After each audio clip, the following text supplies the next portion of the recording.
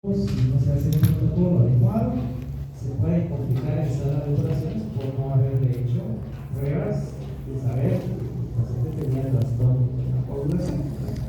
Y hemostasia significa, como dice ahí, sangre éstasis de tensión, es la detención del sangrado que fue ocasionado por el daño del vaso sanguíneo.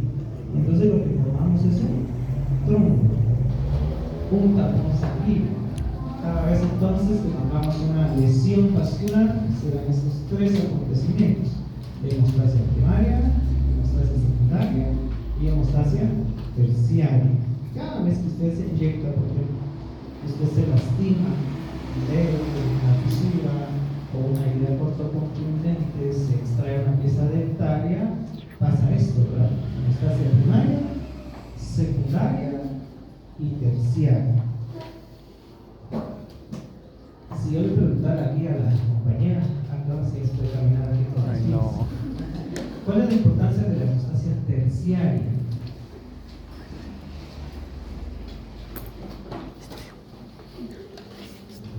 ¿Qué pensás que significa la hemostasia terciaria?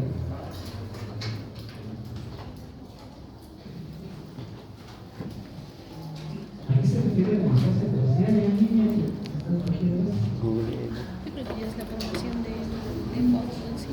Andrei, ¿qué es la hemostasia terciaria?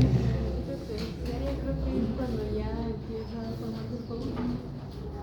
No, eso no es la hemostasia terciaria. ¿Madre? Ahí se ven en cero. ¿Mario? ¿Ay? No, tú no eres Mario. ¿Cuál es tu nombre? ¿Fabián? ¿Qué dice ahí? Hemostasia terciaria, aparece en la flecha. ¿Qué dice ahí? Fibrinólisis, ¿sí? La hemostasia terciaria es cuando a través de mecanismos, proteínas específicas, van a liquidar para que la fibrina se quede solo en el área dañada. Y entonces el resto, lo que está dentro del lumen del vaso o lo que está fuera del vaso sanguíneo, se va a generar su fibrinólisis, ¿verdad? Porque imagínense, si no se controlara eso, se generaría un trombo grande y dependiendo del tamaño, ocluiría, ¿verdad?, la luz del vaso sanguíneo y generaría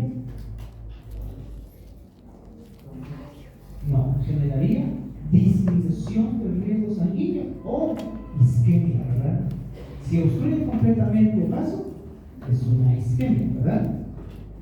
Y si no lo obstruye pero disminuye el diámetro, limitaría el flujo de sangre, ¿verdad? Y empezaría a sufrir el tejido. Por eso es importante esta hemostasia terciaria. La hemostasia primaria se refiere a la acción de las plaquetas. Hay ruptura de los vasos sanguíneos y se activan las plaquetas. Y las plaquetas secretan sustancias que me ayudan a generar una vasoconstricción. Edgar, ¿cuál es el objetivo de esa vasoconstricción generada por las plaquetas?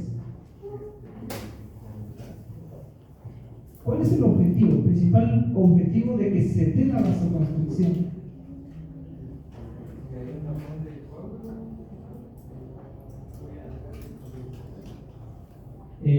¿Gil? Para limitar la pérdida de sangre, ¿sí? Para limitar la pérdida de sangre. Entonces hay vasoconstricción cercano al sitio de la lesión para evitar que se pierda más sangre. Y para eso funcionan las plaquetas, ¿verdad? Y se empiezan a aglomerar las plaquetas y forman el trombo primario, ¿verdad? O el tapón primario, con conglomerado de plaquetas, ¿verdad? En ese momento el vaso está ocluido, ¿verdad? A través de algunas sustancias que secretan las plaquetas, pero cuando esas sustancias que tienen una vida corta ya dejan de secretarse, el diámetro del vaso aumentaría y entonces la presión sería mayor y entonces esa presión arrastraría ese trombo primario. Para evitar eso se da la hemostasia secundaria, que sirve para formar fibrina y darle mayor estabilidad al coágulo. Entonces, para una adecuada hemostasia, yo necesito de la acción de las plaquetas, del endotecrio vascular de los factores de la coagulación y del sistema fibrilático. ¿Sí? Eso tiene que estar en claro. Y el endotelio vascular es aquella capa de células que tapiza el interior de todos los vasos sanguíneos, como la capa que vemos acá. En la diapositiva, estas células, esta capa, perdón, estas células, acá está el lumen, donde están los vasos sanguíneos y todo lo que lleva la sangre, y debajo del endotelio hay tejido conjuntivo. ¿Qué creen que tiene el tejido conjuntivo?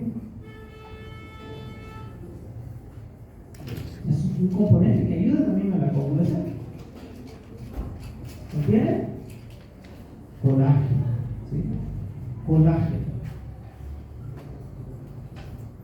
Cuando está sano, el vaso sanguíneo facilita la fluidez de la sangre porque tiene un efecto antiagregante y anticoagulante a través de que secreta dos sustancias o produce dos moléculas que me ayuden a vasodilatar y a evitar que haya agregación de las plaquetas. Esas sustancias son prostaciclina y el óxido nítrico. Cuando se daña, entonces se favorece la antroposis y la coagulación, ¿verdad? Y está mediado por otras dos sustancias que secretan las plaquetas. Bueno, las plaquetas secretan unas otras más sustancias, pero dos que participan en esa vasoconstricción.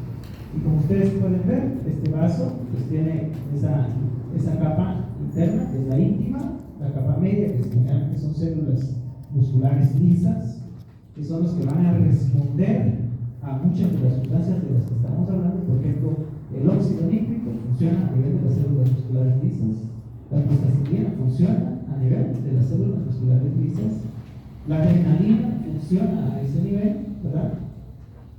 Y una capa más externa que es la adventicia, la que está más hasta afuera, ¿verdad? Más externa se llama adventicia. Y entonces en teoría pues, podemos ver que este es un vaso sanguíneo, este es el lumen, ¿verdad? Y están las dos sustancias, ¿verdad? Óxido nítrico y prostaciclina. Niña que está atrás de ahí, ¿qué es la prostaciclina?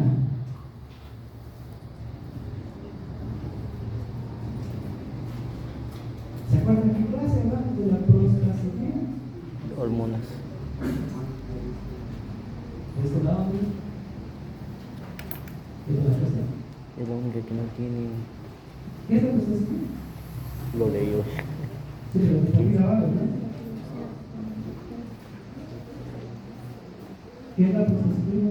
Creo que un vaso de la cabeza. Papá, Te lo dijo algo en su clase.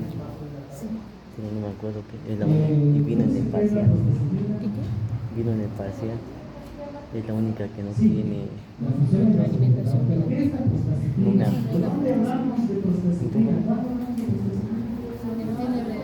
¿Ah? Buena prolactina. Es prostaglandina y 2. O sea, la prostaciclina es el principal producto del metabolismo del ácido araquidónico a nivel de las células endoteliales. ¿Sí? Y también se genera óxido nítrico, ¿verdad?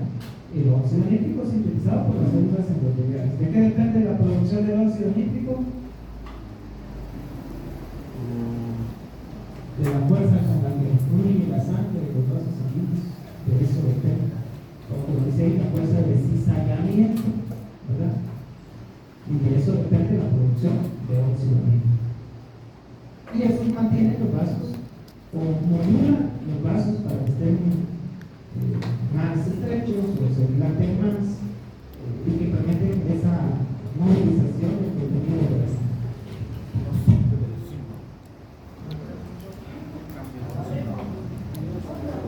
Un punto y le doy mi 100.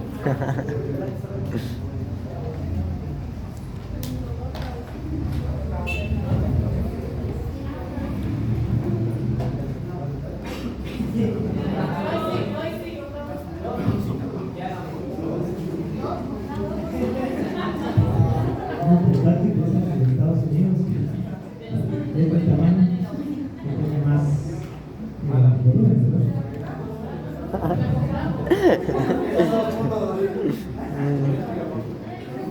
Bueno, entonces tenemos aquí el vaso sanguíneo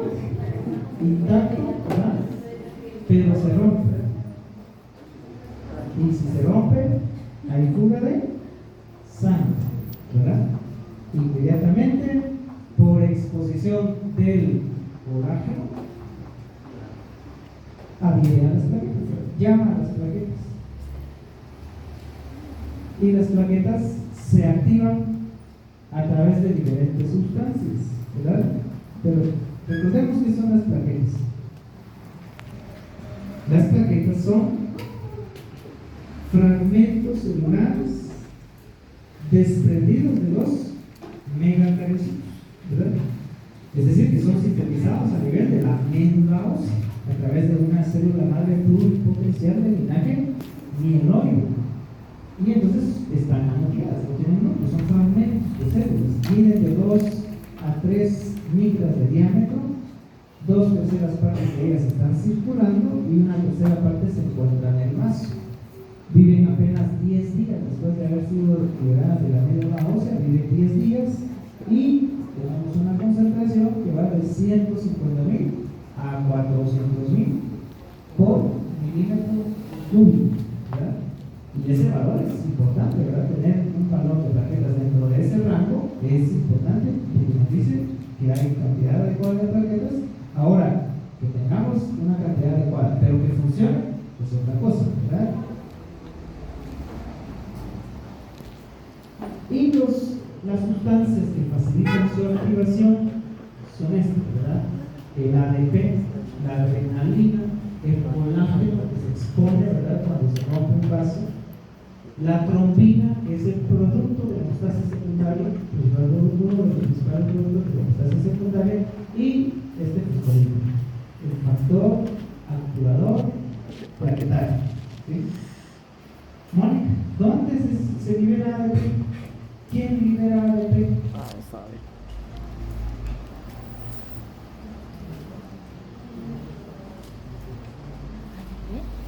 ADP. Lilian o Liliana, a veces no. Lilian. Liliana, ¿no? Lilian.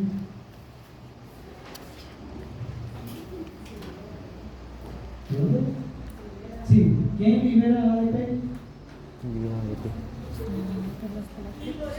Porque es un activador de las plaquetas. ¿Quién libera ADP?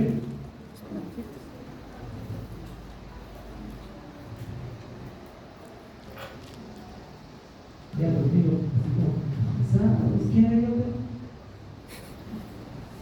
Tuvieron corto, ¿no? Presenté diplomas. ¿Oíste? No tuvieron corto, esta semana no tuvieron corto. No, ya están así como cansados, pidiendo vacaciones. Estoy con el curso ganado. ¿Quién libera ADP? Los endocrinos, las células endoteliales y las mismas plaquetas. ¿Sí? Las mismas plaquetas liberan ADP. De hecho, es uno de los componentes de los glándulos de secreción de las plaquetas, ADP. ¿Y qué pasa entonces cuando se liberan estas sustancias? Se van a unir a receptores a nivel plaquetario para generar respuesta de las plaquetas.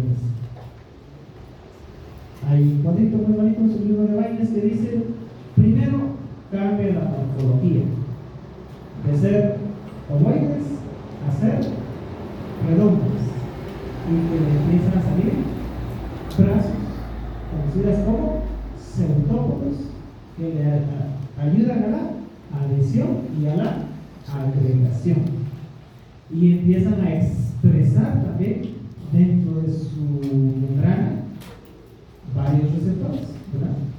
El receptor glucoproteico 1B9A y el 2B3A, ¿sí? Que van a tener un papel en este proceso de la coagulación. ¿Qué otro va a pasar? Cuando se unen estas sustancias en las plaquetas, ¿qué va a pasar? Va a activar a las fosfolipasas y van a actuar sobre los fosfolípidos de membrana en las plaquetas y van a liberar ácido araquidónico. ¿Para qué creen que liberan ácido araquidónico? Para formar tromboxano A2. ¿Sí? Tromboxano A2. Y entonces eso le permite a las plaquetas adherirse a la superficie dañada, ¿sí? liberar sustancias que activan más plaquetas, es decir, una retroalimentación positiva que se llamaría como amplificación, es decir, la plaqueta secreta ADP, factor de von Willebrand, fibronectina, y expresa los receptores, ¿verdad? Y entonces se da la agregación, ¿verdad? La agregación es que las plaquetas interactúen entre sí, pero por la presencia de un receptor y por la presencia también de fibrinógeno. El fibrinógeno facilita para que también se dé el trombo primario. Los receptores de los que hablamos son estos, ¿verdad? Glucoproteína 1B9A y glucoproteína 2B3A. Y el factor de von Willebrand no solo se secreta de las plaquetas, se secreta también de las células endoteliales, ¿sí? Es un multímero de proteínas que sirve para adherir a las plaquetas, ¿verdad? Con el receptor glucoproteico 1B9A al tejido conectivo. Y el receptor glucoproteico 1,2B3A sirve para adherir a las plaquetas con el fibrinógeno. Y entonces ahí se da la agregación. Y aquí están, esta gráfica tenemos un libro de Bayes, los receptores, ¿verdad?, que reconocen a esas sustancias que activan a las plaquetas, a la ADP, a la adrenalina, al colágeno, a la trombina. ¿Quién nos falta? El factor activador de las vacunas, ¿sí? Todos ellos, cuando se unen a su receptor, vean qué es lo que hacen: estimular a las fosfolipasas para actuar sobre los fosfolípidos de membrana y liberar ácido araquidónico. Y el ácido araquidónico entonces ahora se convierte en sustrato de la ciclooxigenasa para generar hidroperóxidos y que por la tromboxano sintetasa se forme tromboxano A2, ¿sí? Y se libere. Y el tromboxano A2 me va a favorecer la agregación de las plaquetas y la vasoconstricción. ¿Cuál es la otra sustancia que libera las plaquetas que ayuda a la vasoconstricción?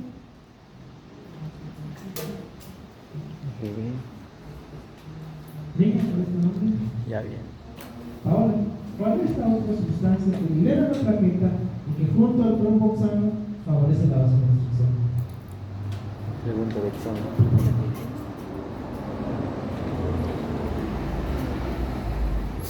¿Puede ser la fibrina? ¿La? ¿Fibrina? ¿Fibrina? ¿La? ¿Fibrina? ¿Fibrina? No.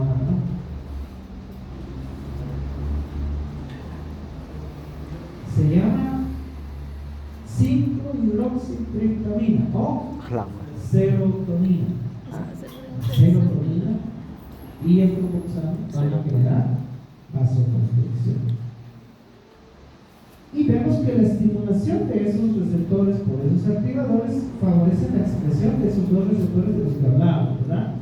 El receptor glucoproteico 9A, que se une al factor de von Willebrand y que sirve para la adhesión al colágeno que quedó expuesto después de la lesión endotelial.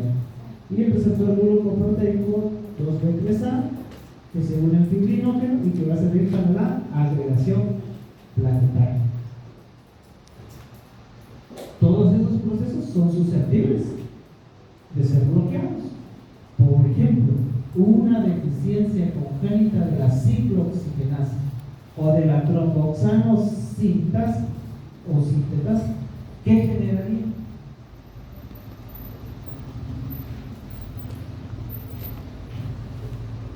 Oigan, una deficiencia congénita de la ciclooxigenasa o de la tromboxano sintetasa, ¿qué generaría?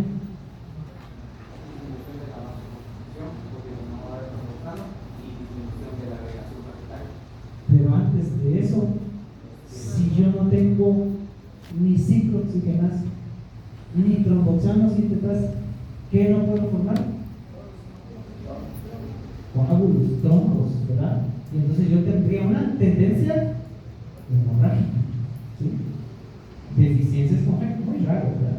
Pero puede darse deficiencia de la ciclooxigenasa o deficiencia del tromboxano sintetasa. Y si no, vean, recordemos, el ácido acetil salicílico bloquea la ciclooxigenasa, ¿sí? Y eso se ha dado para inhibir la formación de trombos, ¿verdad? Y recordemos que el trombo o trombosis es cuando se forma un coágulo dentro del vaso sanguíneo sin que haya generado una ruptura, ¿verdad? Sino que ahí hubo otro factor, que ya lo veíamos en la clase de lípidos, que favorecería la formación de placas ateromatosas, ¿verdad? Y generaría un trombo, ocluye la arteria, ¿verdad? En pacientes entonces con antecedentes de infarto o muy alto riesgo de padecer un infarto es cuando se les da ácido acetil salicílico, ¿verdad? Para bloquear ese proceso de formación de trombos. También pueden usarse algunos inhibidores de la tromboxano sintetasa que harían ese mismo papel, ¿verdad? Solo que el bloqueo sería más abajo, o incluso vean antagonistas del receptor del tromboxano actuarían más adelante y que harían el mismo papel, harían el mismo proceso. Pero si actuamos más arriba, podríamos usar el dipyridamol que inhibe al ADP, ¿verdad? El dipyridamol inhibe al ADP, que es uno de los activadores de la proteína. Pero el clopidogrel, la ticlopidina, prasugrel, el ticagrelor son inhibidores del receptor del ADP y evitarían todo este proceso, solo que más antes, ¿verdad? Más antes. Todo este tipo de fármacos se administran en pacientes con tendencia a formar coágulos, trombosis venosa profunda, tromboembolia pulmonar o con antecedentes de infartos agudos al miocardio.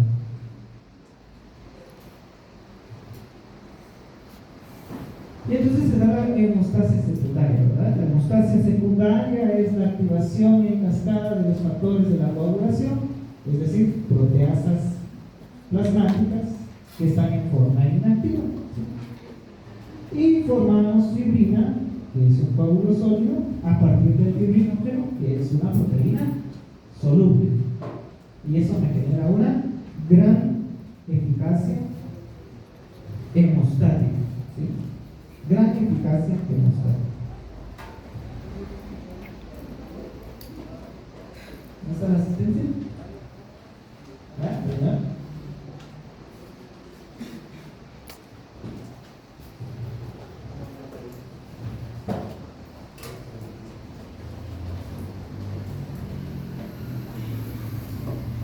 Denis Bautista, ¿no?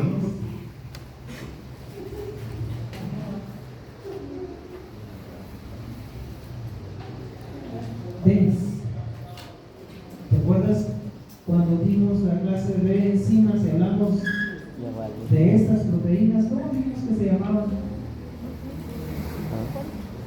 La proteína.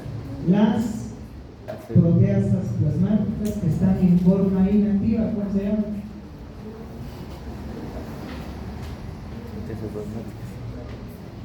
Simógenos. Nancy. ¿Quién es Nancy? ¿Ah? Amigo que está atrás de Nancy, ¿cómo se llama? Los simógenos, ¿verdad? Simógenos, también conocidas como preenzimas, están en una forma inactiva, pero que a través de un estímulo, por ejemplo, exponer colágeno, lleva a la activación de la vía intrínseca. ¿Qué es lo que me lleva a la activación de la vía extrínseca? Exponer otra sustancia subendotelial que se llama factor tisular. Y entonces por eso se divide en vía intrínseca y vía extrínseca, ¿verdad? Esto no es que suceda separado, se da al mismo tiempo, ¿verdad? Incluso la vía extrínseca retroalimenta la vía intrínseca.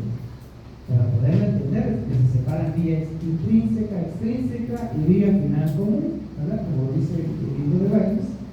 Y ya vemos que las dos vías me llevan a la activación del factor 10, el factor 10 me activa el factor 2, y el factor 2 termina convirtiendo el fibrinógeno en fibrina, y es lo que me da la estabilidad al coágulo, ¿verdad? Al trombo generado por las plaquetas.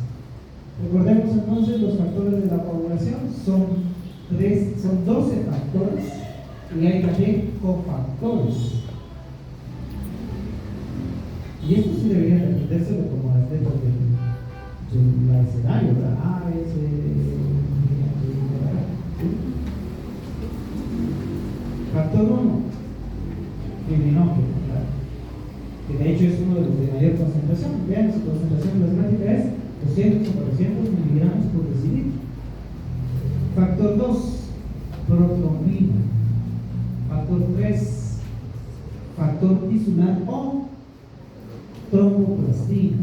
Factor 4, calcio. Factor 5, proacelerina o factor labio. Factor 6, no hay, ¿verdad? Factor 7, factor estable, proconvertina o acelerador de la conversión de protrombina en el suelo. Factor 8, o antihemofílico A. Factor 9, o antihemofílico B. Y después del 8, aquí este cuadro nos muestra el factor de von Willebrand, ¿sí? Que ya vimos que participa en la adhesión de las plaquetas, pero que también en la coagulación o hemostasia secundaria el papel del factor de von Willebrand es transportar al factor 8 al sitio donde se va a necesitar. Esa es otra función que se le adjudica al factor de von Willebrand. Factor 9 decíamos, antihemofílico B o factor de Christmas. El factor 10, el factor de Stuart-Prowell. Factor 11 o antecedente de la tromboplastina en plasma. Factor 2, el factor de Hahnemann. Y factor 13 o factor estabilizador de la fibrina. Ahí están los 12 factores más el cofactor que dijimos, factor de von Willebrand.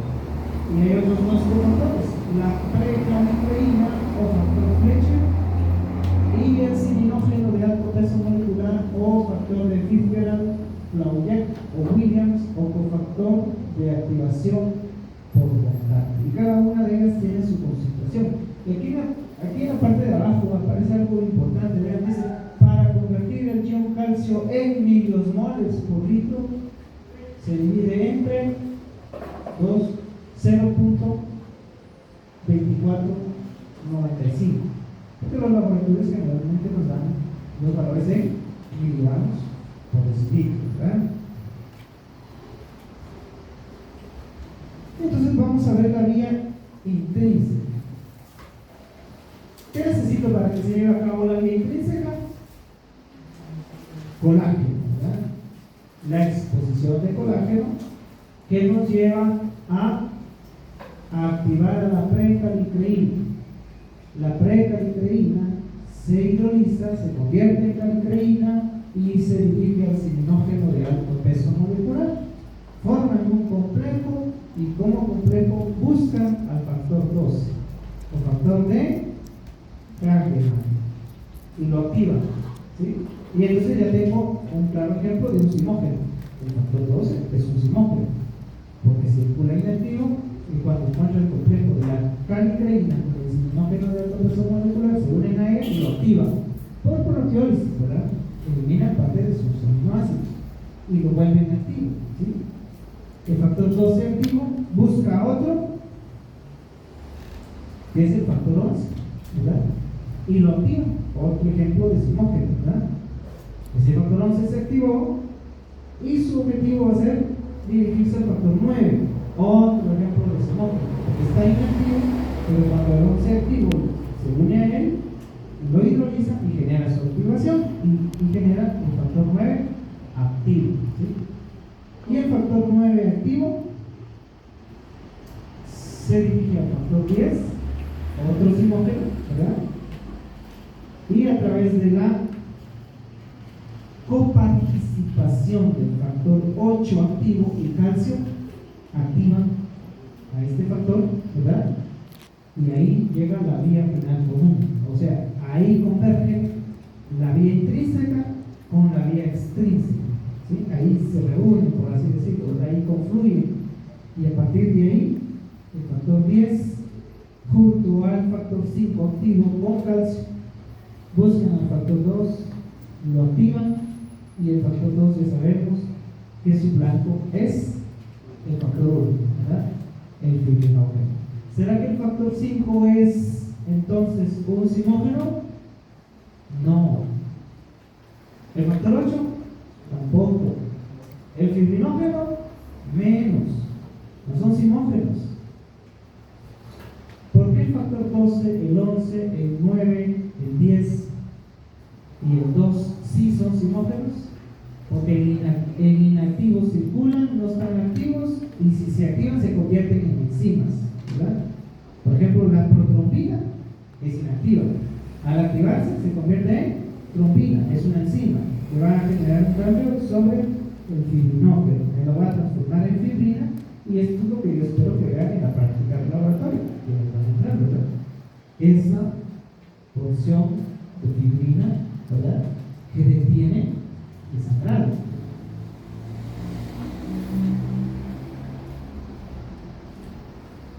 Y la vía extrínseca, dijimos, se expone otra célula, otro tipo de moléculas que están por debajo del endotelio, que se llama factor tisular. Cuando hay una ruptura del vaso sanguíneo, se expone este factor tisular. El factor tisular se dirige al factor 7, y el factor 7 se activa y se dirige al factor 10 y lo activa, ¿verdad? Y ya sabemos que el factor 10 con participación del factor 5 se dirigen al factor 2 y lo activa, ¿verdad? Baines nos entrega esta gráfica que resume estas dos vías: vía intrínseca, vía extrínseca, incluso la vía final común que dice Baines, pues es lo que está en verde, ¿verdad? Porque cuando yo ya formo trombina, la misma trombina activa el factor 13, que lo que hace es darle estabilidad al fuego, porque genera el cruzamiento de las fibras de fibrina, y la misma trombina genera retroalimentación sobre sí misma, ¿verdad? Porque actúa sobre más protrombina para convertir más trombina, porque actúa sobre el factor 5 para activarlo, porque actúa sobre el factor 8 para activarlo, y porque actúa sobre el factor 11 para activarlo. Por eso es de que de todos los factores de la coagulación, cuando encontramos deficiencia del factor 12, de la precalcreína o del cininógeno de alto peso molecular, serían los únicos que no nos darían tendencia hemorrágica. Sí prolongarían los tiempos de coagulación, pero no darían tendencia hemorrágica. ¿Por qué razón? Porque la vía extrínseca, ¿sí?, generaría retroalimentación sobre el factor 11, ¿sí? Porque la misma trombina, formando trombina por la vía extrínseca, actuaría sobre el factor 11 y lo activaría, y el factor 11 actúa sobre el 9 y lo activa, y el factor 9 actúa sobre el 10 en presencia del factor 8 activo y lo activa, y el factor 10, ya sabemos que con presencia del factor 5 y fosfolípidos activa al factor 2 y se genera la vía final común, la concentración de trombina.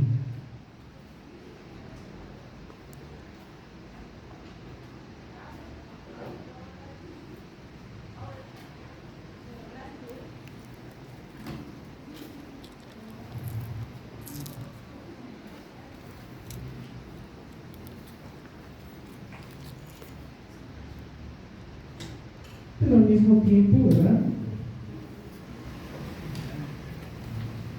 tenemos sistemas que se oponen a la coagulación y que se activan al mismo tiempo para evitar que yo forme en exceso coágulos, ¿sí? Yo evito formar en exceso coágulos a través de estos 4 cuatro sistemas que se oponen a la coagulación. El primero de ellos es la antitrombina, ¿sí? O antitrombina 3. Una proteína formada a nivel hepático, y lo que va a hacer es inhibir principalmente a la trombina. Por eso se llama antitrombina. También evita o inhibe la acción del factor 10 activo. Y también inhibe al factor 9 activo. Otro sistema es el de las heparinas. Las heparinas inhiben de forma indirecta al factor 10 activo, ¿sí? Otro sistema sería el inhibidor de la vía del factor tisular, que inhibirían a ese complejo formado por el factor tisular y el factor 7 activo. Y el último sistema lo conforma el complejo trombina-trombomodulina, ¿sí? Cuando liberamos trombina, nuestras células endoteliales también forman trombomodulina y se forma el complejo trombina-trombomodulina. Ese complejo trombina-trombomodulina se dirige a una proteína que se llama proteína C y hace que ésta forme el complejo con su cofactor que se llama proteína S y activan a ese complejo. Activan al complejo proteína C, proteína S.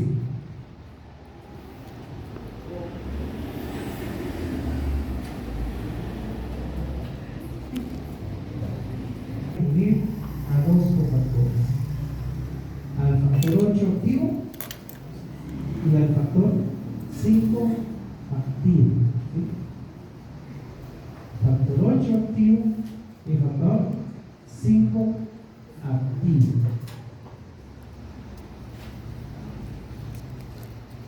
Si fallan estos sistemas de regulación, ¿qué se generaría? Mayor formación de coágulos, ¿sí? Trombosis, ¿verdad? Por ejemplo, hay una enfermedad, una mutación de este factor 5, el factor 5 de Leyden, que hace que este factor se mutó, ¿verdad? Y genera un factor 5 distinto, es que no pueda responder a ese complejo proteína C, proteína S.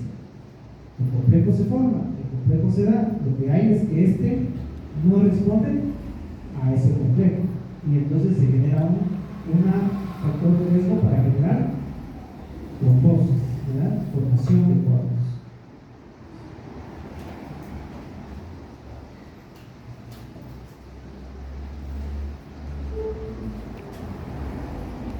Y aquí están las propiedades de los inhibidores de la coagulación, ¿verdad? La antitrombina o antitrombina 3, su peso molecular, su concentración en plasma, la proteína C, la proteína S, que también son proteínas dependientes de la vitamina K, y el inhibidor de la vía del factor tisular.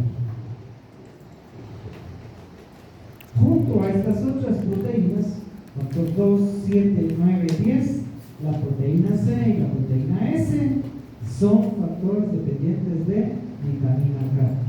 ¿Y qué hace la vitamina K en estos factores? Genera la carboxilación de los residuos del glutamato. En cada residuo de glutamato que tengan estas proteínas van a generar esa gamma carboxilación. Y esto le permite una mejor interacción con el calcio. Y cuando dijimos de la vitamina K, cuando hablábamos de la vitamina K liposoluble, veíamos que su forma activa era la hidroquinona y que todos los residuos de glutamato de esas proteínas ya mencionadas iban a hacer esta reacción, ¿verdad? Aquí tenemos un residuo de glutamato, ¿verdad? La vitamina K hidroquinona y la vitamina K epoxidasa genera esta gamma carboxilación. Es decir, agregar este grupo carboxílico, ¿verdad? Que le da más carga negativa y por lo tanto atrae más al calcio. Y que esa unión del calcio con estos grupos carboxilatos favorece la formación del coágulo.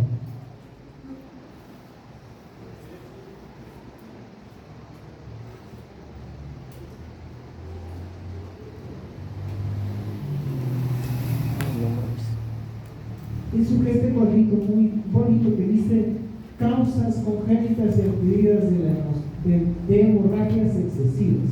¿Sí?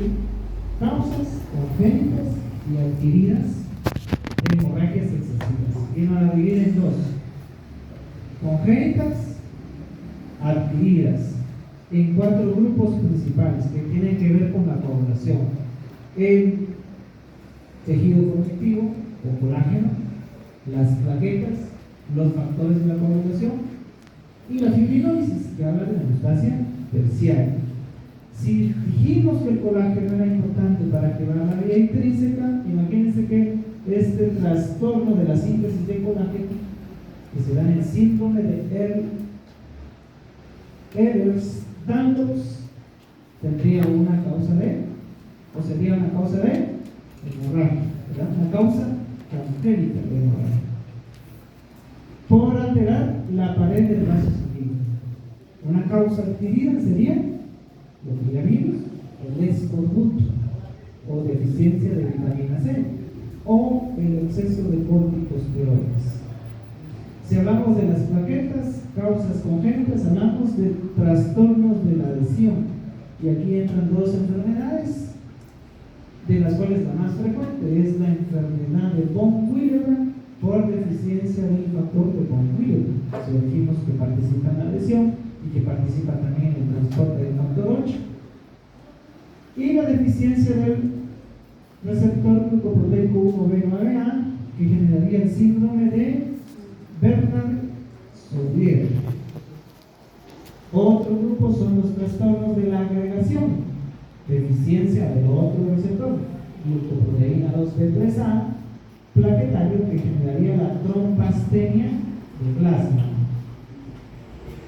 Y aparte hay trastornos de los gránulos de almacenaje, como por ejemplo los trastornos del conjunto de depósito que afectan tanto a los gránulos alfa como a los gránulos densos o a ambos, y trastornos de secreción y transducción de la señal de las plaquetas, como los defectos de las interacciones de las plaquetas con los agonistas o las anomalías del metabolismo del ácido retinólico en las plaquetas.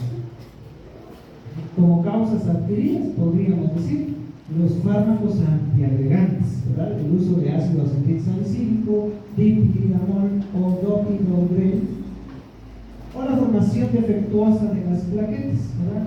Aplasia de médula ósea, una enfermedad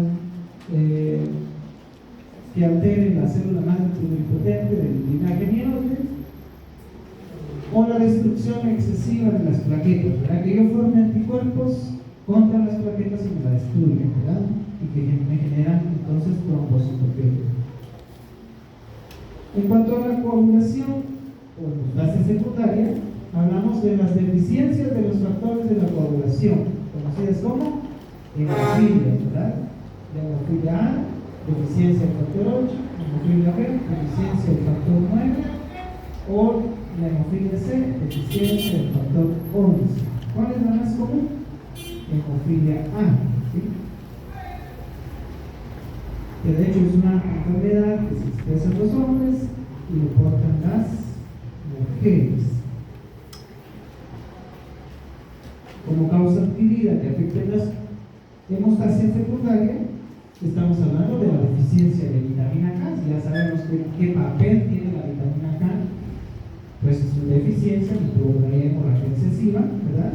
Si yo tengo deficiencia de vitamina K, si yo estoy usando algún anticoagulante parenteral como la heparina no fraccionada o la heparina de bajo peso molecular, o anticoagulantes orales como los antagonistas de la vitamina K, es el caso de la warfarina, o aquí aparecen otros, ¿verdad? Los inhibidores directos de la trombina, el dabigatran, o inhibidores directos del factor 10 activo, que es el rivaroxaban. Una hepatopatía, ¿verdad? Generaría también tendencia hemorrágica, si ahí es donde se forman el mayor grupo de proteínas que participan en este proceso, o una coagulación intravascular diseminada. Coagulación intravascular diseminada, que es el evento casi que final de un proceso séptico. ¿Sí?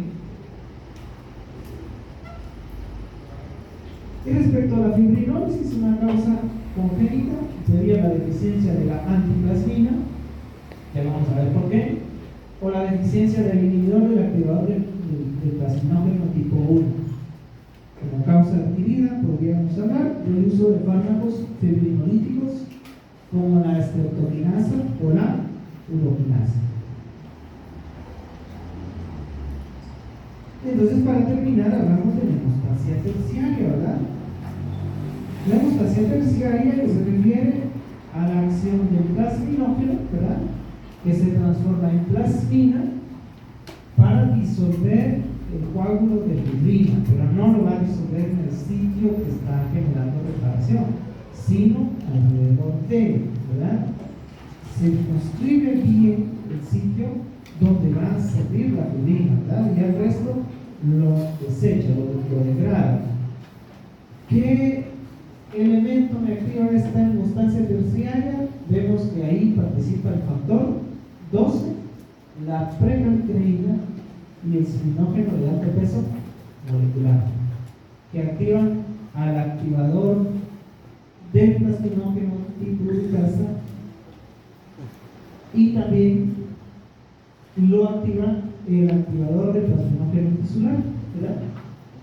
Estos activadores, como también podemos ver la estreptokinasa, estimulan para que el plasminógeno se convierta en plasmina. Y entonces la plasmina, al actuar sobre la fibrina, le va a generar productos de degradación de la fibrina, como el dímero D, ¿verdad? El dímero D es un producto de la degradación de la fibrina medible que dicta de qué tanto se está generando coágulos, ¿verdad? De qué tanto está actuando este sistema de hemostasia terciaria.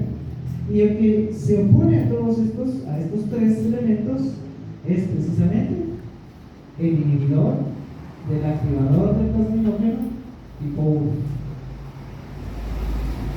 Y vemos que el campo de acción de la antiplasmina, la alfa-2 antiplasmina o la alfa-2 macroglobulina, son inhibidores directos de la plasmina, ¿sí?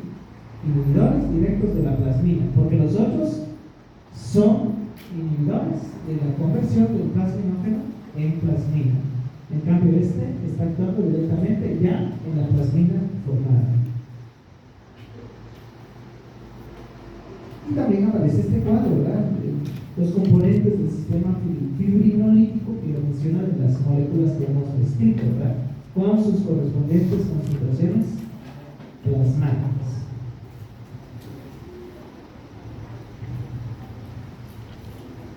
Si tengan dudas, preguntas, comentarios.